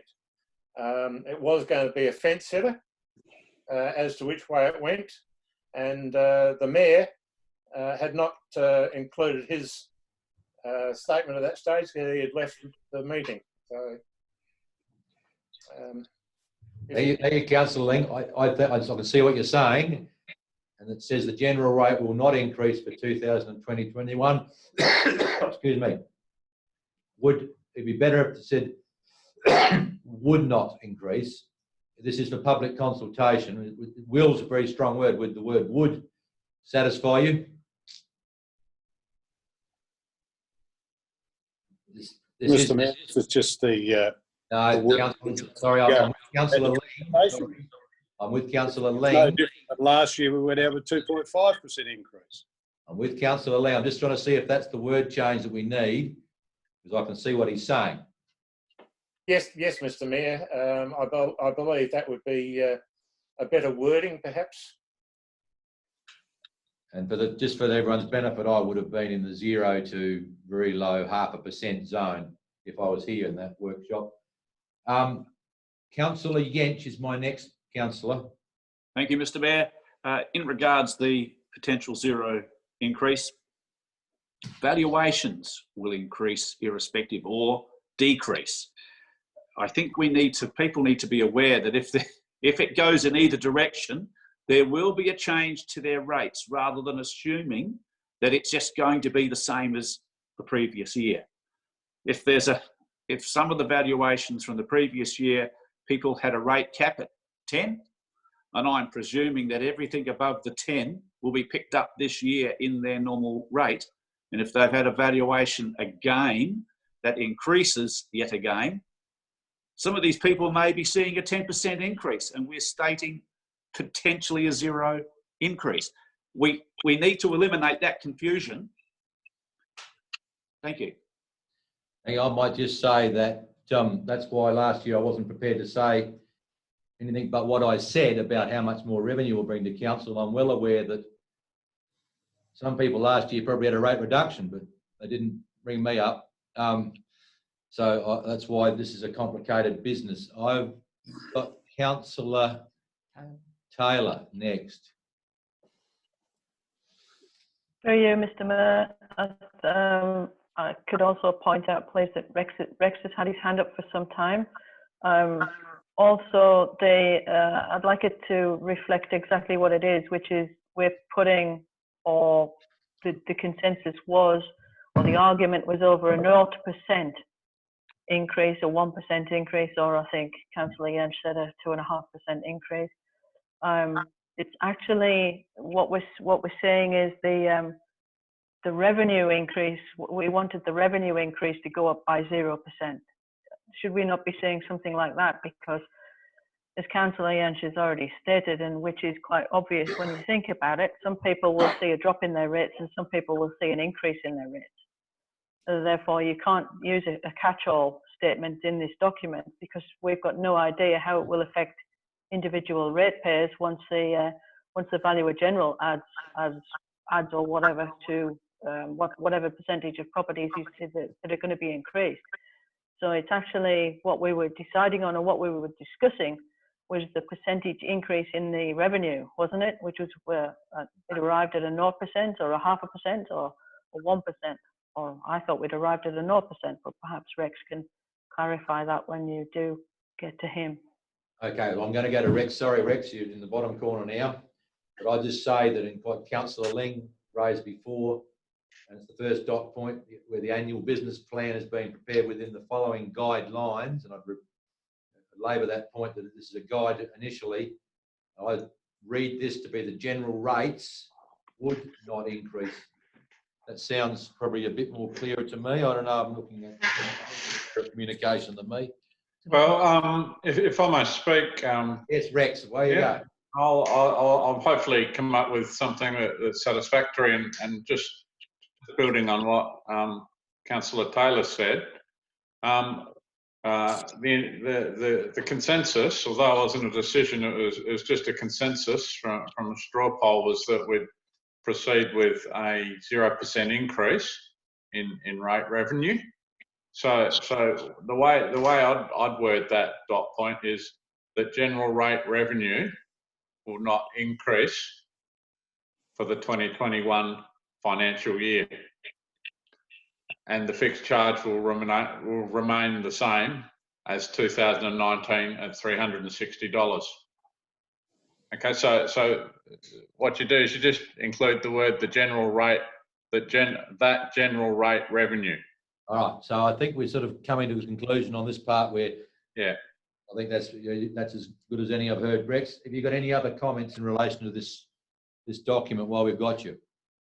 Oh, nothing but other than to say, if people have got questions, I'm happy to field them.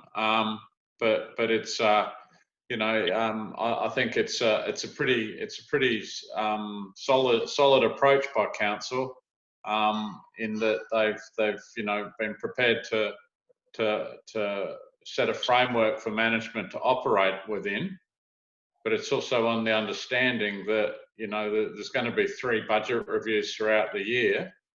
And as more information comes to hand, or the budget will be amended accordingly, and you know the intention is to obviously produce the best result that council can from a financial perspective.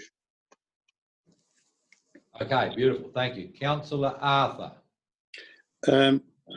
Rex, I know we have budget reviews during the year, but once you set your income, you set your income. You can't change that. Now, we are not taking advantage as a council of the increased capital that is being generated within the area. By maintaining our revenue base at the same, we are just ignoring the increase in the capital value. For example, for me, this next year's budget should increase because of the increase of Motorsports Park into our valuations. But we're not taking any allowance for that. We're actually starting to reduce everybody else's. And you just cannot, as much as we'd like to, you just cannot mark time on your revenue when your expenses are going up. Okay, well, I agree with you there, Tank. So here's a suggested change. So general rates will not increase for the general rate revenue will not increase for the 2021 year, with the exception of rate increases due to capital growth. Okay, and so that would cover the scenario you're talking about. And my expectation would be that if the sports park were valued upwards, as you suggest it might be, well then additional revenue would be obtained from that one ratepayer. And that would be due to capital improvements made to those facilities. Yeah, but it's not just the one ratepayer, Rex. If you know, no, that's right. There might be other ratepayers that have improved their facilities, but generally history has shown that unless there's so basically when the track went from vacant land to being a racetrack, there would have been a large increase in rate revenue from that one ratepayer that year. Okay, if they've made further capital improvements, well then the capital value of their property should increase again, and that should lead to additional rates. But all things equal, if there haven't been any capital improvements made to a ratepayer's property, well the actual rate in the dollar will be reduced so that they should pay somewhere around the same rate that they paid last year, assuming that the whole area has been valued consistently. Yeah, but when we take no advantage of any increase in capital at the present moment, do we? For example, well we should, and I'd expect we would.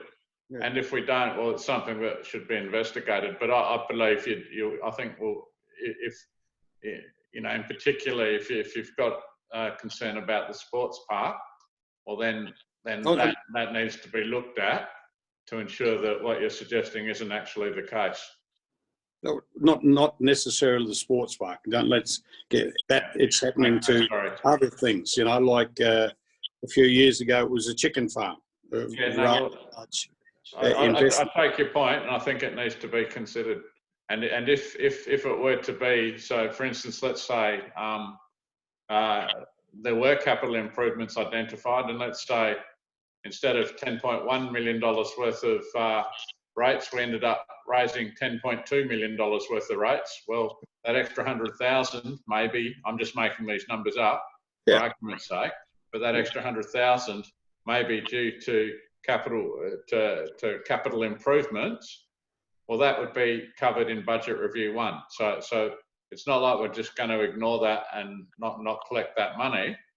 But based on what we've got at the moment, we can't identify any material areas where that'll occur. And effectively, this is a budget that we're setting a framework for management to operate within. And as I said, management are going to try and improve this result as much as they can. And if they can identify something like that, or if something like that just happens through natural processes, well then that'll lead to an improved result overall. But once we've set the rate in the dollar and set the rate, we can't change it during the year. We can't. When you're setting the rate in the dollar, that's when these things become apparent. We haven't got the final capital values in at this stage. Yeah. Okay, but definitely we'll take that into consideration and make sure that what you're concerned about doesn't happen. Okay. That stage is about $200 million increase in valuations. Oh, look, I mean, we'd need to look at some actual statistics and figures to the value general given to you. Yeah. So there's different sorts of increase in capital value. There's capital value due to market forces. Okay, there's capital value increases there, but there's capital value due to the owner of the piece of rateable property spending money and improving the value of the property that way, and they're two separate things. Yep. Okay, Councillor, is there any further sort of discussion around this draft to go to public consultation?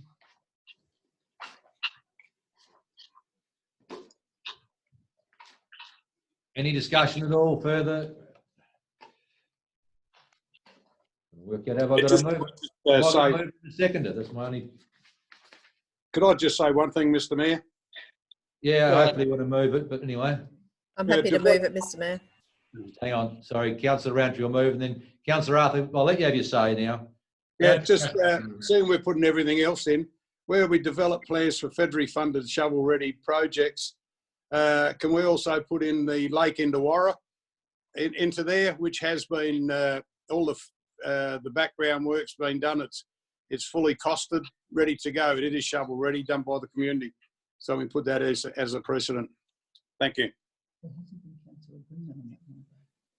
Councillor, our issue is that the council itself has not endorsed that in that minute in relation to drought extension 2. I take on board what you're saying. It would probably need a different motion. No, it's in the plan here. It's got council's priorities will be develop plans for federally funded shovel-ready projects, such as, I'm just asking, Councillor Roundtree's got the swimming pool and the caravan park in there. I'm just asking for Lake Indawara project going Further to that question, the caravan park precinct was actually minuted a while ago that would become a shovel-ready project. So we had already discussed it, which is why I wanted it included. Yes, sorry, Bridget, please. So Councillor Roundtree, that's correct. Councillor Arthur, that's just an example. We haven't, we will have another session on shovel-ready projects, and as you've heard me say before, there are some that we've already, or you've already endorsed as a group, and one of them is the Canalpin Caravan Park, the other one is the Meningie Skate Park. There is opportunity to add to those, but they don't have to be listed there for a priority. That's really just an example of the things. And so once we have the session on other shovel-ready projects and the Tindanara one would come up then, I'm assuming, for discussion and endorsement, it would become one of the things that is a priority as well for the district. But not having it included in that list doesn't take it away from being considered or being a priority. And I think we do have a sort of an amount in the budget for taking opportunities as they arise. Yes. I'm looking for a seconder, Councillor Arthur. I don't know if you'd be happy to second it. So I'm looking for a seconder. We'll do about 6 now. Councillor Hill gets to be the seconder. Councillor Hill, you want to say something, please? No, thank you. Easy, beautiful. Any other councillors in relation? We've had a fair discussion, some word changes. Any other councillors wish to enter the debate at all? We'll close debate, Councillor Roundtree. Close debate. Thank you. Righto, I am putting the motion. This is number 2, annual business plan and budget. This is the draft for public consultation. All those in favour?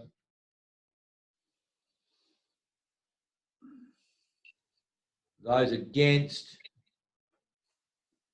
Thank you, that's carried unanimously the way I see it. Move to number 14, Councillors Infrastructure and Assets Report, road closure and a review of the community engagement. A very long-standing process, councillors. I understand if this was moved past today, we could resolve this issue. Mr. Mayor. Thank you, Councillor Arthur. Yes. I'd like to move that, but with the inclusion in the motion to make sure that Mr. Shaheen and Ballinger are responsible for all costs. The last paragraph be included in the motion.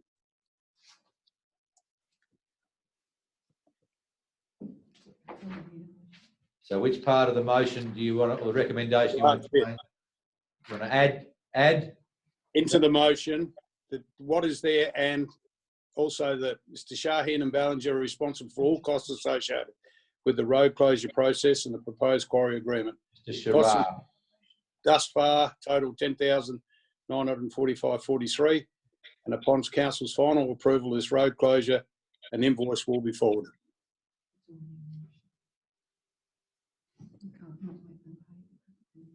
It's already in the previous motion, Councillor. I know you're reinforcing that. I'm looking at it further on the page, the next page. It says they will do that. You feel comforted by that or not? Yeah, I'd like to get this all finished. Yeah, I know, and I'm going to ask a question. Sorry, I'm going to ask a question. Are we getting paid anything for the land in this process? That's what the cost would be, would it not? Well, costs are the costs of the surveying and the public consultation. The land was previously going to be, well, one of a better word, given in, and the compensation was a rubble pit. But the way I read this, we're not taking the rubble pit. So I'm asking, as a matter of consistency, whether we're going to charge for the land. Well, can I just, originally it was road closure at no cost. Council would pay. This was negotiated by one of the council staff who are no longer with us for a pit we would never have used. And that was going to be in lieu of a royalty agreement for the gravel. That pit never went ahead, so there will be no, it would have been free. The road closure would have been free before, but now they will be paying. I think David will be able to. Perhaps Bridget will give an explanation of the position we believe we're tied to by the minute. So and I'll seek advice from my 2 directors, but given that it was an exchange of the land for the rubble pit, the owner of the potential owner of the land isn't responsible for the fact that we've changed our mind about how we use that rubble pit. So I don't think we would be possible for us to charge him for the land. He's agreed to pay for the costs involved, but in a sense, we are the ones as council who've changed how we're going to use the rubble pit. So that's really not his responsibility or he had any control over, to be honest. Through you, Mr. Mayor, No. that council staff are currently looking at some options that may be available to actually utilise that quarry pit. I'm not privy to mention those just in this forum. No pit there. There's no existing pit there. No, there's possibility like there was originally planned.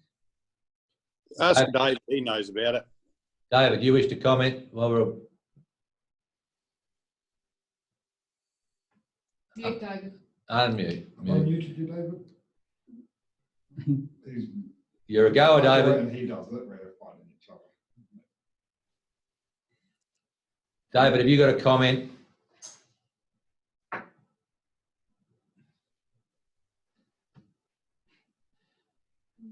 Sorry, through you, Mr. Mayor. There is, Councillor Arthur is correct, there is currently no pit. It was intended to open up the pit at a time that we were doing a road in the area, but we identified better material to use for that project. So, yeah, once again, there's currently no pit or an agreement. We haven't been able to find an agreement that has been executed. Okay. Councillors, Councillor Arthur, you did move this, did you? Yes, the answer is yes, you have. From Yes. here, I need a seconder. I'm happy to second it, Mayor, as is. The seconder, you want to speak? I'm happy to. I mean, if the payment side of things is already covered off in the minute, I think we can go as is. If Councillor Arthur is happy with that. Yep. Council's happy with that. Councillor Arthur, yeah. So yeah, he's nodding. He's nodding. We're saying. Happy to close debate if there's no more questions. No more councillors. I'm looking. Appears to be no other ones. You've closed debate, Councillor Arthur. I will put the motion. It is as the recommendation reads. All those in favour? Those against? That's carried unanimously. Thank you, councillors. Information document item 15. Councillor Qualman. Any questions out of this, please? Thank you, Mr. Mayor. Yeah, page 35 of the information document 5.3, the last sentence, and I'll read it. And it says, in the event savings are made across the program, there may be potential to revisit the construction and sealing of Pont Street as initially intended. I think that should read Wattle Street, Mr. Mayor. I think you're right, councillor. It appears, and I'm just seeing a nodding from some others. Thank you. Long fight for Pont Street, councillor. I think it just hasn't been updated, that words. Is that a fair comment? Yeah, nothing's changed from our last resolution. An information document. Councillor Roundtree and then Councillor Hill. Thank you, Mayor. I have 6 questions. So my first one is, I don't agree with, it's page 9 of the information document, and it's regarding the community toilets. It's stating that they are reopened, but responsibility is placed on users for maintaining good hygiene practices. Now, is that referring to the hygiene of the toilet, or is that just encouraging them to wash their hands? Because in one hand, we're talking to businesses about increasing hygiene measures, which will actually come at a cost to those businesses, especially tourism-related ones, yet we are still reducing the cleaning of our public toilets, which probably decreases hygiene standards. So I'm a bit confused by that and don't agree that we should be not cleaning our toilets more regularly. That's the first one. Okay. So, Bridget. Councillor Roundtree, we are moving back to, I suppose, pre-COVID in one sense, but keeping up a strong cleaning regime. There is some confusion there. What we wanted to encourage the public to do was to use the toilets in a clean manner. So we might have a look at the wordings if it's confusing, because it's really just an encouragement that there are heightened hygiene standards. we're asking the public to do that as well as complement our cleaning regime. So it's not that we are moving back from what we're doing. Thank you. The second thing is the camel ring looks interesting. I must admit I'd never seen the camel ring before. I gather the tree will eventually grow over the ring. Are we looking at doing anything to stop that happening so that the ring is still there, or just do we accept that in years to come that tree will engulf that camel ring? And do we know what the cost of the camel ring project was? That's number 2. I would have to take that on notice about the cost. I don't know unless the director knows. And I would assume we would let the nature take its course with the camel ring. We wouldn't interfere with it. But there may be a time, if the tree was to die, that you could see a time where you may remove it and maybe put it into the interpretive sign. There would be an options, but as it would stand as is, but I don't know the cost. I'd have to follow that up. Thank you. I think the Canalpin Community Garden project is well done, a good outcome for a difficult project. The mobile skate ramp, have we done any repairs and maintenance on that during the lockdown? I know it was raised as an issue by a community member that we look at doing some repair on that skate ramp. Has that been done? David, perhaps you have a go at answering that one. Yeah, through you, Mr. Mayor, I will have to take that on notice. I know that there was work scheduled to be undertaken, but I'll need to get back to everyone in regards to what has been done. Thank you. Thank you. The monthly organisational statistics, that particular layout of the report is one that's been with us the whole time I've been on council, and I don't find it particularly useful or helpful. And I'm wondering if we can have a look at maybe perhaps providing something a little bit easier to read, or someone that basically tells us something. So I know that staffing lies with the CEO, but maybe there's a better way to report that information that actually tells us a bit more than that report does, if possible. And the Mayor will definitely do that. We're looking at options across most of these reports to see what we can enhance to make it more readable for both you as councillors, but for members of the public who also access these documents. Thank you. The monthly credit card report is good. I like the way that that's being presented now. However, the link that was provided is broken, so it goes to a 404 page not found when you click the link, but I was able to find it myself anyway, and I think the information and the way you're presenting it is a lot clearer, so congratulations on that. And I just wanted to say also thank you for the drought funding report. That was brilliant. So I think that might have been Peter, but the information and the update and the pictures especially was fantastic and really gave me a sense of what we're doing and how we're doing it. So thank you. That's all my questions. So Councillor Roundtree, that's 6 items. That's it, I'm done. I'm just going to take the opportunity to bring in Peter Bond. And Peter, I don't know if you wish to report or comment on your report, which is in our information agenda. Your Worship, firstly, apology to the area on Pont Street. Yeah, I got one word wrong, so that's to be apologised for. But the rest of the report's positive. Looking through the project list for phase 1, Coombe footpaths is in the process of being constructed at present. Meningie footpaths is pretty well finished. The Tail and Bend street ceiling, we have a head contract with the ceiling contractors currently, and they're going through a design and construct process there. And obviously weather conditions pending with a spray seal. If we do get stuck with that, we'll go into a primer seal type arrangement. But that project should be concluded by the 30th of June. Lions Park, as we talk, I believe that the bollard lighting and the column lighting is in the process of being constructed, if not this week, certainly next week. The undergrounding of the electricity at the park is basically the contract's been let for that, and that will be done shortly. Both Peak and Sherlock toilets are advancing very well. The kits should be delivered in early June. We're still working through some septic arrangements for one of the toilets in terms of the final design and the certificate of compliance, but we don't believe that's going to be a major problem. We're thankful for both the Peak and Sherlock communities that they've volunteered to construct the toilets. That'll save council and the community tens of thousands of dollars, and yeah, the timing of that will obviously work around their seeding periods, but we're confident it's job done. Rauken Gallery, I spoke to Di Gordon about that, and she has her contracts organised, and they should be commencing work, if they haven't already, very shortly. And she anticipates that project will be finished by the 30th of June. Tail and Ben Cricket Club, that job is pretty well complete. They did one concrete pour last week, and they're finishing off the veranda pour either this week or next week, weather dependent, and that'll pretty well finish that project as well. That just leaves the cemeteries. Most of the work regarding the cemeteries is related to Meningie and to Peak. Meningie with the shelter.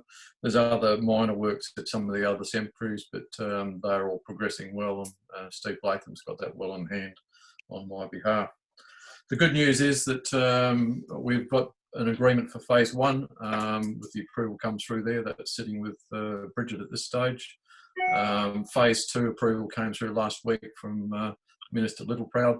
We expect to get the agreement, the formal agreement papers for that, if not this week, next week, for ratification.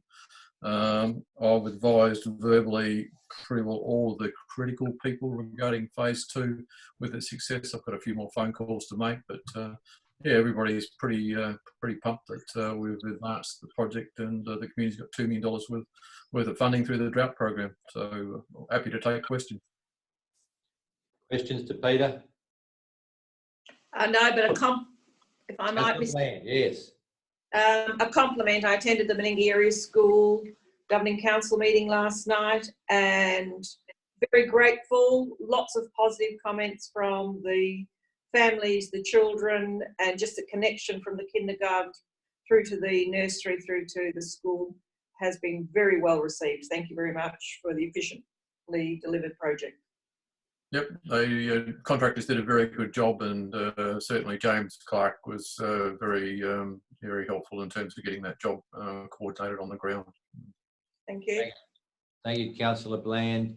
So Peter, yeah, so basically phase 2s are approved by the federal government. It's just a matter of us getting on and completing it by the 30th of December this year, isn't it? Yes, yeah, that's right. Some of those projects have already started, as you're aware. The net reports at Peak have commenced, and I believe some of the other projects will be well underway even before the start of July. So that's good, because we've got some critical timelines. I know that Canal and Paul is certainly one we've got our eye on. There's some testing in terms of the wall that we need to do to ensure the integrity of the pool edge before we push on with some of the other work we need to do there.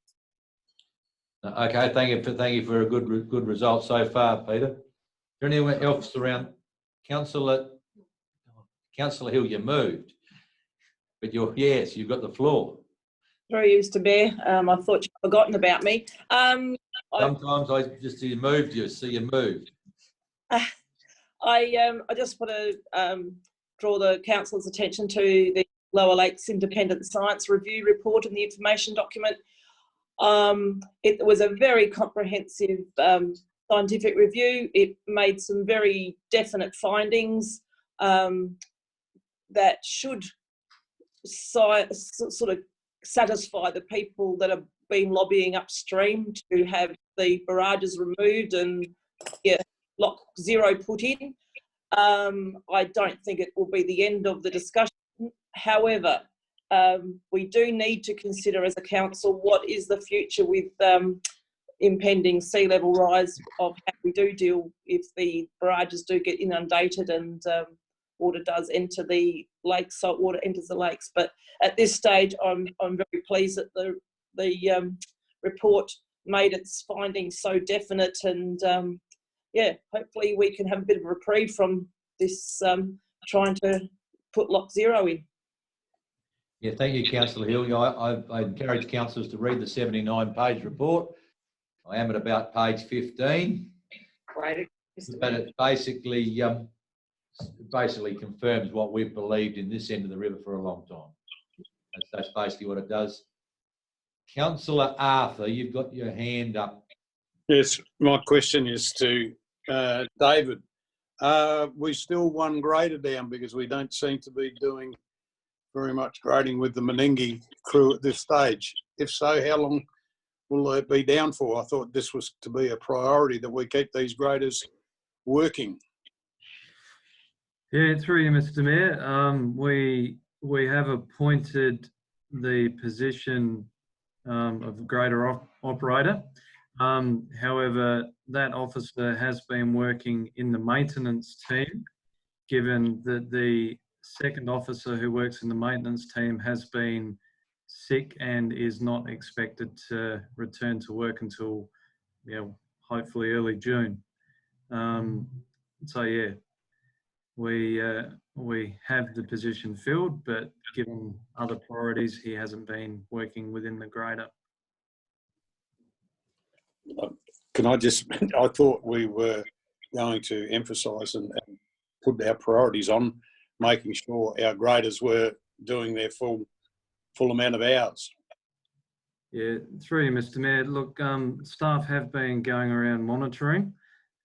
We have had, obviously we've got to manage the priorities. We have had other roadside maintenance work that has been more of a priority than the grading of the roads. So it has been a juggling act, but we've done the best that we can do with the officers that we have. Okay. Okay, councillors, anything else out the information documents?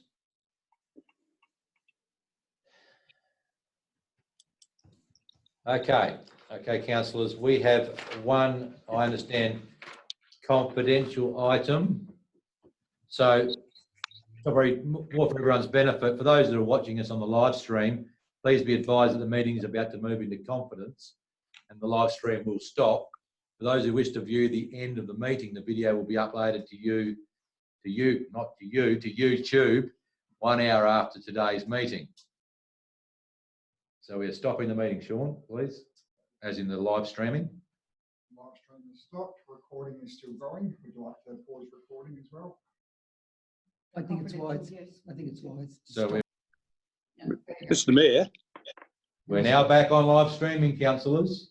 Mr. Mayor, can I ask you one question? Yeah. What happened to the happy hands? Ah.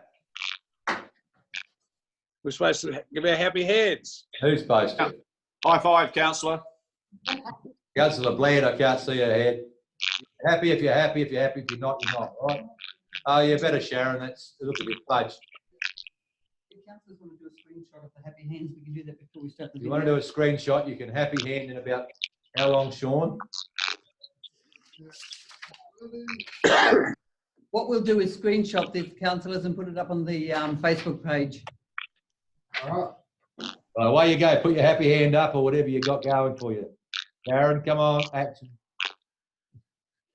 I'm not quite sure what yours is, Councillor Ling, but we'll go with it.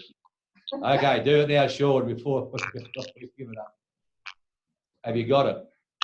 Got it. Right. Thank you, councillors. There's nothing else on my agenda. So we're going to start streaming. We are streaming again, are we, Ashley? Hello, everyone. Not streaming. Not streaming, we're recording or we're screaming or whatever. Yeah, I've got a sniffles. I declare the meeting closed. Thank you, councillors. Bye. We're going off. Cheers.